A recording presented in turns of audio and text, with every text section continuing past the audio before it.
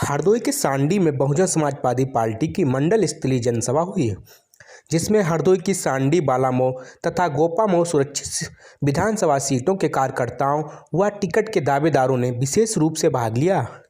बसपा के राष्ट्रीय महासचिव सतीश चंद्र मिश्रा ने मंच से सर्वप्रथम कहा कि राष्ट्रीय अध्यक्ष मायावती के निर्देश पर कमल वर्मा को सांडी विधानसभा क्षेत्र से प्रत्याशी बनाया गया है। उन्होंने कार्यकर्ताओं से आह्वान किया कि इस बार प्रदेश की सभी 86 सुरक्षित विधानसभा सीटों पर चुनाव जीतना है। वहीं उन्होंने मंच से भाजपा और सपा पर जमकर निशाना साधा। उन्होंने कहा कि चुनाव से एक महीने पहले तमाम परियोजनाओं का शिलान्यास सिर्फ जनता को लुभाने के लिए किया जा रहा है, जबकि बसपा सरकार में शुरू में ही शिलान्यास हुए और 5 साल पूरे होते ही सारे कार्य पूर्ण कर लिए गए। वहीं उन्होंने मीडिया पर भी निशाना साधते हुए कहा कि देश का 3/4 मीडिया उन्हीं लोगों के हाथों में है जिनके हाथों में मोदी सरकार ने देश बेचने का काम किया है।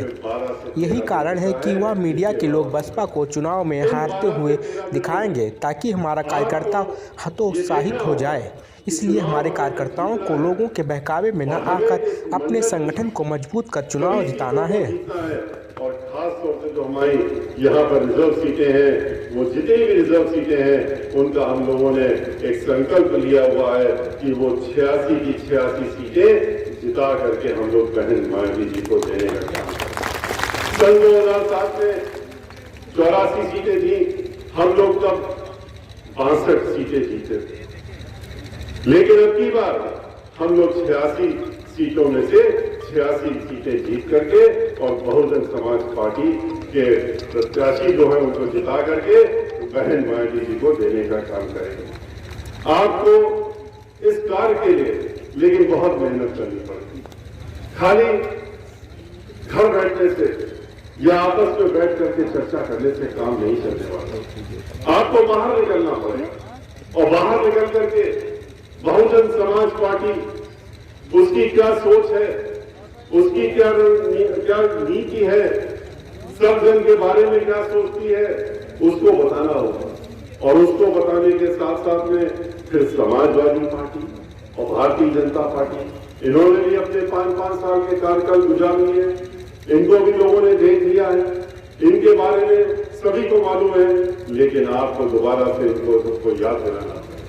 बताइए कि किस तरह से बहन मायावती जी का राज्य चला था।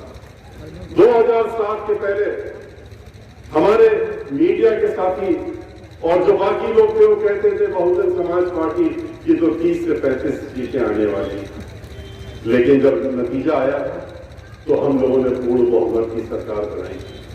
और अब की बार भी यही होने वाला है।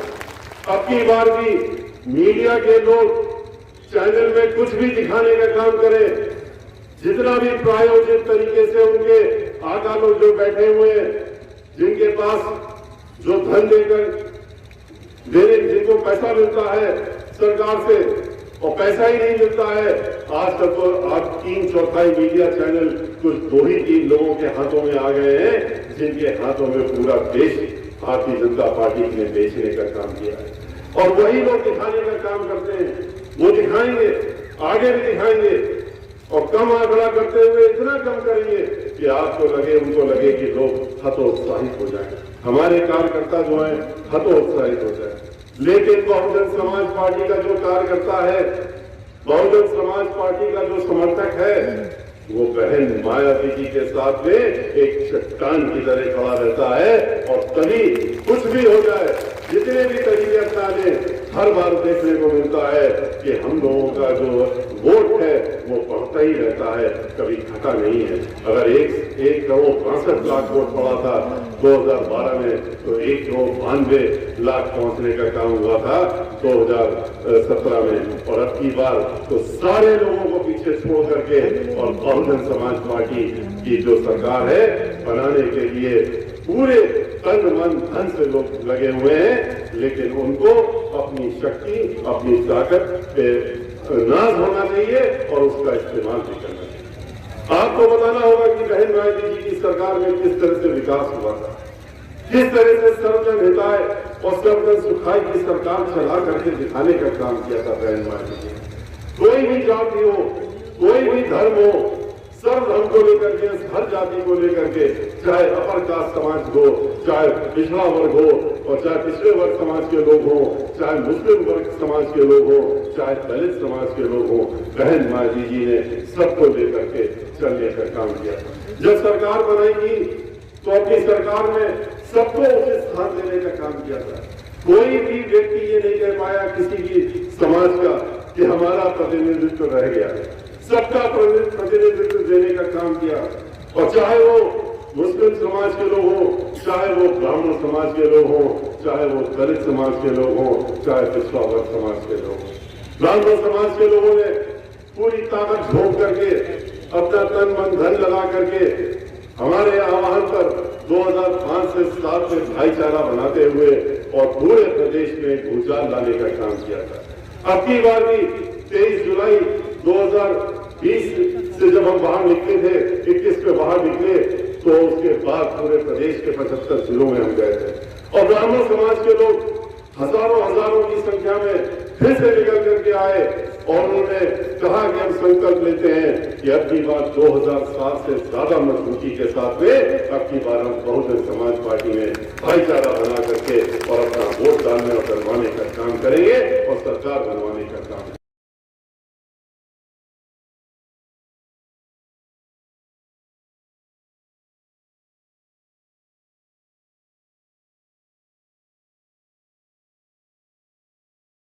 वादों पर ही टिके रहते हैं।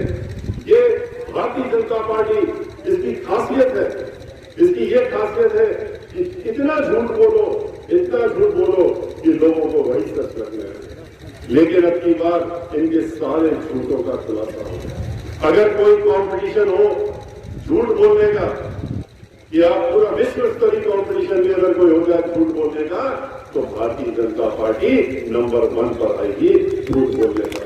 उसी को इनाम मिलेगा कि इससे ज्यादा कोई नहीं बोल सकता। और अगर शिलान्यास करने की बात आए तो ये और समाजवादी पार्टी फीता काटने में ये दोनों ही एक ही तरह से चलते हैं।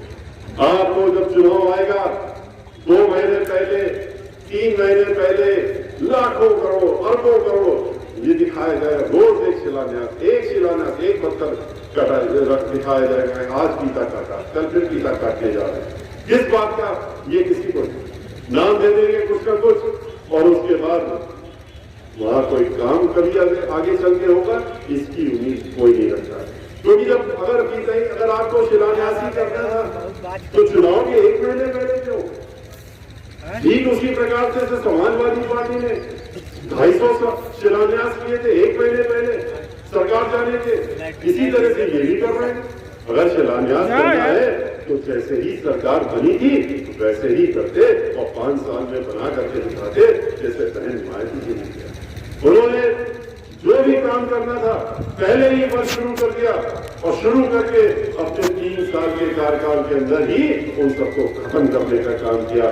चाहे वो मेट्रो हो, चाहे वो एक्सप्रेस वे हो, चाहे और चीजें हो, उन्होंने बहन मायावती जी ने बनाने का काम किया। चाहे बिजली के उत्पादन की बात हो, चाहे स्कूलों के बनाने की बात हो, हर चीज पहले दिन से कार्यक्रम शुरू, जिससे कि वो सरकार रहते 5 साल के अंदर ये बना करके दे, तब तो सही वादा हुआ, वरना तो झूठा वादा हुआ और झूठ बोलने की बात। इसलिए भाइयों, आपसे हमारा कहना है कि आपने ये बातें सुनी, आपने इसके पहले हमारे सब साथियों की बातें भी सुनी, उन्होंने भी अपनी बात आपके सामने रखी, और रखने के साथ साथ में आपने ये भी देखा कि आज हम लोग आपके बीच में जब आए हैं तो आज ऐसा माहौल है पूरे प्रदेश में कि आज बहुजन समाज पार्टी की सरकार बनाने के लोग मुकाबले हो रहे हैं। हम पूरे प्रदेश में घूम चुके, इसलिए हम आपसे कह रहे हैं हर जिले में, जैसे आज आप लोग इतनी बड़ी संख्या में इकट्ठा हुए, हर जिले में जाकर के इसी तरह का उत्साह देखने को मिला, इसी तरह का एक संकल्प लेते हुए देखने को मिला कि अब की बार हम बहन मायावती जी को उत्तर प्रदेश का 5वीं बार मुख्यमंत्री। और इसी के साथ मैं आपसे अपनी बात भी कहना चाहूंगा कि आप लोग इन बातों को इसलिए यहाँ पर छोड़ के मत चलिए। इन बातों को आप अपने साथ में ले जाइए, अपने गांव घर हर जगह 12 दिन लगे आपके पास। अभी हमने आपके सामने कहा कि ये लोग पुरानी ही चीजों को जो हम लोग जब कर आगे चुके ऊपर होते रखिए हैं, तुम्हें जो हम साइड लोगों में ने करूंगा बनाया, साइड तुम उसका मुंह पे फीता लगाए हो काटेंगे। साइड जो हम लोगों ने शिलान्यास किया उसका शिलान्यास करेंगे। गंगा एक्सप्रेस वे हम लोग तो मेरठ से लेकर हम लोग तो लेकर के जा रहे थे बलिया तक, और बलिया तक का हम लोगों ने पूरा प्लान बना लिया, सब कुछ कर दिया। हम लोगों ने अप्रूवल मांगा था, केंद्र सरकार ने उस समय उसमें टोकाटोकी करके रोकने का काम किया था, वरना वो एक्सप्रेस वे बन जाता, उसी समय बन जाता। तो उसी को शिलान्यास जो हम लोगों ने तब डाला था उसका आज हो रहा। तो कोई बना नहीं है ये, लेकिन वही express way Ganga express way, या तो नाम बदल देते, नाम भी नहीं बदला, नाम भी वही रखा है जो हम लोगों की सरकार में बहन मालती जी ने दिया था। सर आज समाजवादी पार्टी के नेताओं पर छापे पड़े इनकम टैक्स के। अखिलेश यादव का ये कहना है कि जैसे जैसे चुनाव करीब आते जाएंगे भाजपा विपक्ष पर हमलावर होती जाएगी। देखिए, ये हम लोग शुरू से कह रहे हैं कि जैसे जैसे चुनाव आएंगे 2-3 चीजें होंगी। कहीं इस तरह के छापे, कहीं इस तरह की बातें होंगी, कहीं पर घोषणाएं होंगी, कहीं फीता काटा जाएगा, कहीं ऐसे ऐसे अल्फाज बोले जाएंगे, ऐसी बातें कही जाएंगी, ऐसे मन से भाषण दिए जाएंगे भड़काने वाले कि लोगों भड़काओ हो, आपस में लोगों के अंदर मन मुटाव हो। इन सब चीजों की कोशिश होगी, लेकिन इसका कोई ठीक लगा है। अब की बार